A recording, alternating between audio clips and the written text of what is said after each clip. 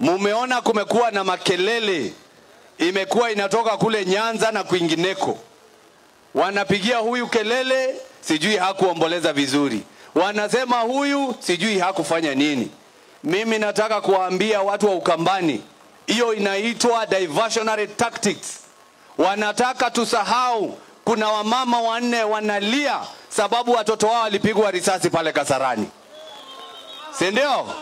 Wanataka tusahau kuna kijana anaitwa Bob Njagi na mwingine anaitwa Nicholas Oyo ambao waliabductiwa karibu mwezi moja uliokwisha na hawajaonekana na serikali hajaongea.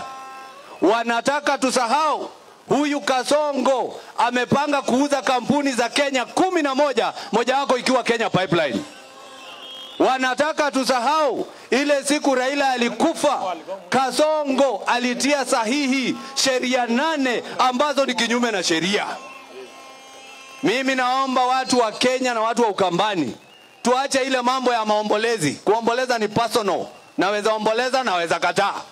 Hiyo ni personal. Lakini ile mambo sio personal. Ni huyu mtu ametia sahihi sheria inaitwa cyber crime.